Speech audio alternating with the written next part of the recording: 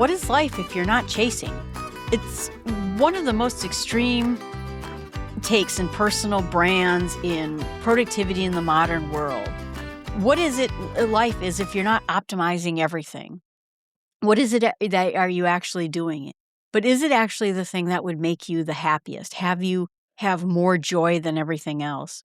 I think that we get stuck in that idea that we always have to keep chasing the next thing. And I think I got caught up in that. And, even in my own career at work, I needed the next title, the next promotion, the next thing to do.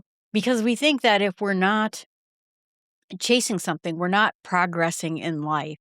And I wanted to make the case for something for the pretty darn good life and not an extreme one.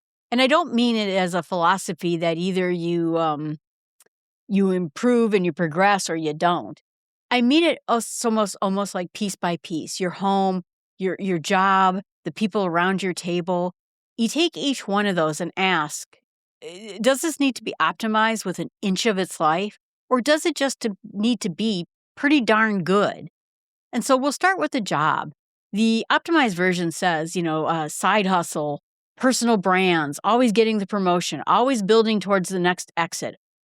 Never being at the place where you're happy. You have to be somewhere else, moving on to the next job.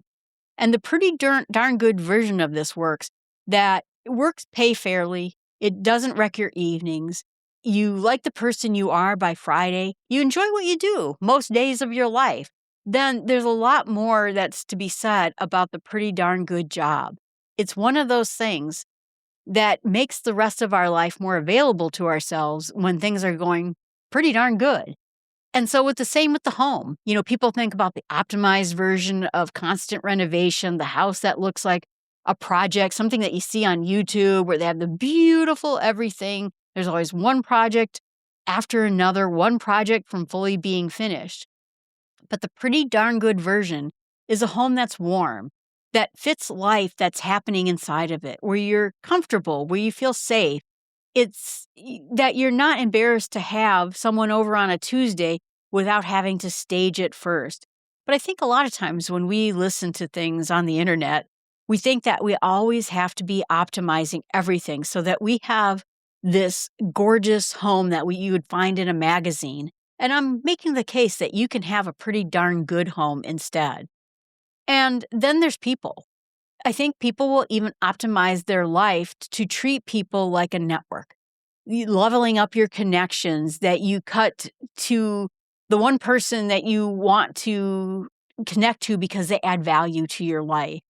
And I've seen that, you go to conferences too, where there are people who are sort of social climbers, where they're always looking for that person, not the person they're talking to, but the person that's better, the next person that I need to talk to, the next networking system who can get me to my next goal.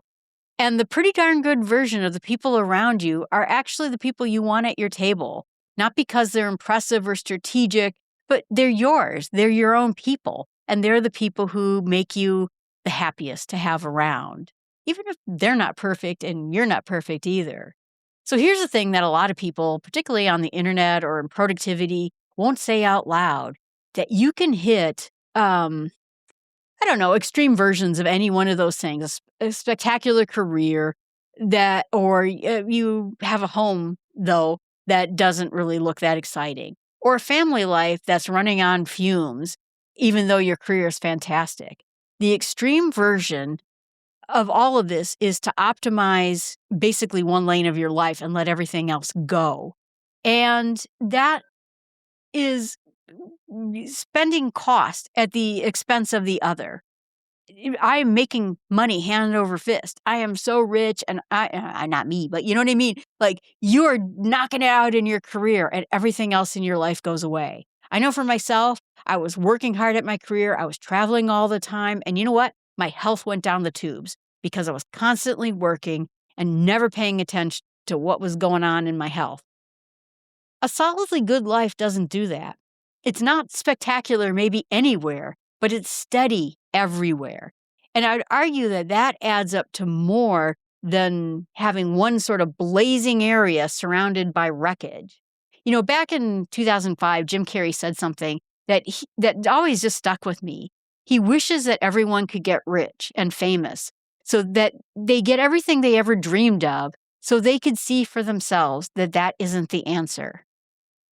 It lands differently coming from him because he actually got there. I know a lot of us would say, well, I'd like a darn good shot at it so I could see for myself. But the takeaway isn't to keep climbing, keep striving, keep doing more. It was his wish that everyone could see that it doesn't fix what you think it's supposed to fix. And so I want to be fair to the other side for a second, because I don't think the hustle culture gets everything entirely wrong. There's a real version of this that isn't hollow at all.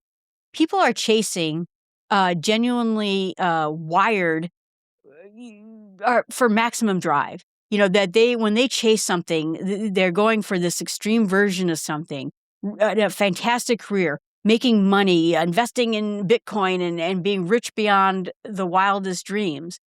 The idea is that a lot of these times when people really are striving for more, they're striving for real innovation. And companies get built and problems get solved, and things wouldn't exist for a lot of the people out there who are in this hustle culture making things happen.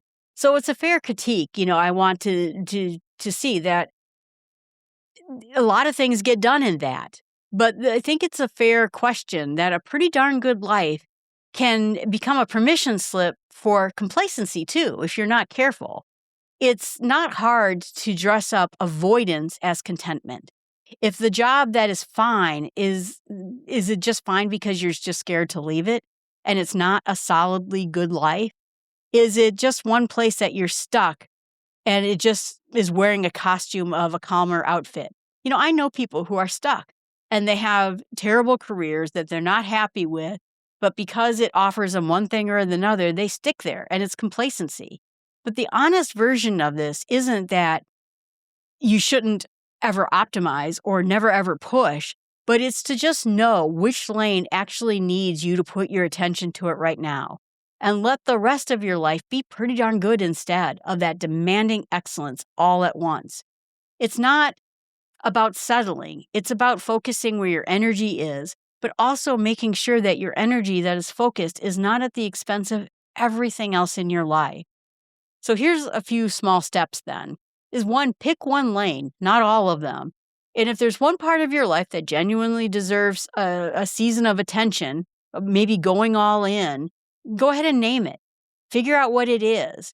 And then let everything else be pretty darn good while you do that thing. Don't let it all fall apart. The second thing is for the rest is figure out, is everything else pretty darn good? Instead of feeling like you have to optimize every single aspect of your life, your job, your home, the people around you, think about it. Is the areas pretty darn good? The honest answer is yes, then let it stop right there. You're allowed to be done in an area. You're allowed to say, this is pretty darn good. I'll tell you, my house is nothing exciting. And I'm trying to organize it. I'm trying to get it ready, for certain things. But it's never going to be on the cover of a magazine. But you know what? It's comfortable. It's happy in here. And so that's the answer. It's a pretty darn good life. I think the third thing is to check yourself on the complacency trap. If something is pretty darn good, is that actually covering for something where you're just actually too scared to change? It's important that you're honest with that, because if there's something that needs to be changed, it's worth making efforts to change it. But again, it's a matter of differences in that. You have to figure out for yourself where those areas are. If you want more to read, in this particular case, there's a book called 4,000 Weeks by Oliver Burkeman. And it's about making peace with a finite amount of life that you have, instead of trying to optimize yourself out of everything that you already have. I want you to just notice, I guess, this week, parts of your life. Are they pretty darn good?